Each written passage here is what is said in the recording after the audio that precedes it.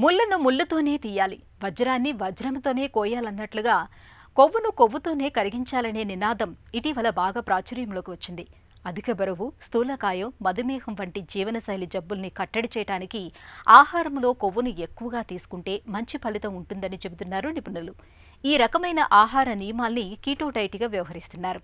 ఈ నేపథ్యంలో keto diet గురించిన మంచి చెడు గురించి ఇప్పుడు తెలుసుకుందాం. ఈ మధ్యకాలంలో కీటో డైట్ ప్రాధాన్యత చాలా ఎక్కువైపోయింది. చాలామంది చిన్నపిల్లలు, పెద్దవాళ్ళు అందరూ కీటో డైట్ తీసుకుంటే మంచిది అని అనుకుంటున్నారు. ఇప్పుడు అది ఏంటి, ఎలా తీసుకుంటున్నారు అన్నది మనం ఒకసారి చూద్దాం. ఇప్పుడు కీటో డైట్లో ఎక్కువగా 75% కొవ్వు పదార్థాలు, మాంసకృతులు అంటే ప్రోటీన్స్ ఉంటాయి. 25% కార్బోహైడ్రేట్స్ ఉంటాయి. జనరల్గా మామూలుగా ఉన్న సమతులిత ఆహారం అంటే బ్యాలెన్స్డ్ డైట్లో 60% కార్బోహైడ్రేట్స్ అంటే పిండి పదార్థాలు ఉండాలి. మిగతా 40%, 20 ఏమో కొవ్వు పదార్థాలు, 20% మాంసకృతులు ఉండాలి. దాని ప్రకారంగా చూస్తే పోషక విలువలు మనకి శరీరానికి కావాల్సినట్లుగా సర్దుబాటు అవుతూ ఉంటాయి. కానీ ఇవాళ రేపు బరువు తగ్గడానికని కానీ, లేకపోతే అదొక ఫ్యాషనో ఏంటో కానీ అందరూ కలిసి కీటో డైట్ అని అంటూ ఉన్నారు.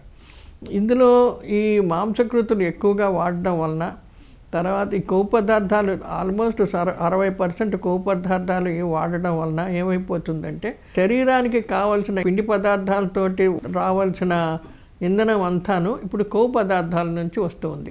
ఇంకోటి ఏంటంటే ఈ మాంసకృతుల నుంచి కూడా వస్తుంది. ఇప్పుడు ఈ మాంసకృతులు డైజెస్ట్ అయినప్పుడు, జీర్ణం అయిన తర్వాత ఏమవుతాయంటే ఎక్కువ కీటోన్ బాడీస్ కింద ఫామ్ అవుతాయి. ఇది బయటికి పోవాలంటే ఆ కీటోన్ బాడీస్ కిడ్నీ ద్వారా వెళ్తూ ఉంటాయి. అందుకని నార్మల్గా కిడ్నీకి కూడా ఒక లెవెల్ వరకు అవి పనిచేయగలుగుతాయి. మరి ఎక్కువగా వస్తూ ఉంటే కిడ్నీ ప్రాబ్లమ్స్ వస్తూ ఉంటాయి. అందుకని ఈ మాంసకృతులు, ఈ కొవ్వు పదార్థాలు ఎక్కువ వాడడం వలన కిడ్నీ ప్రాబ్లమ్స్ రావడం వలన ఈ డయాలసిస్ మీద కానీ, కిడ్నీలు చెడిపోవడం కానీ ఇలాంటి రకరకాల ప్రాబ్లమ్స్ వస్తూ ఉన్నాయి. కాబట్టి కీటో డైట్ అన్నది అందరూ వాడడం మంచిది కాదు. రెగ్యులర్గా కీటో డైట్ మీద ఫాలో అయ్యి అదే మనకు బరువు తగ్గడం మంచిది అని చెప్పి దాని మీద ఉండడం కూడా అది మంచిది కాదు.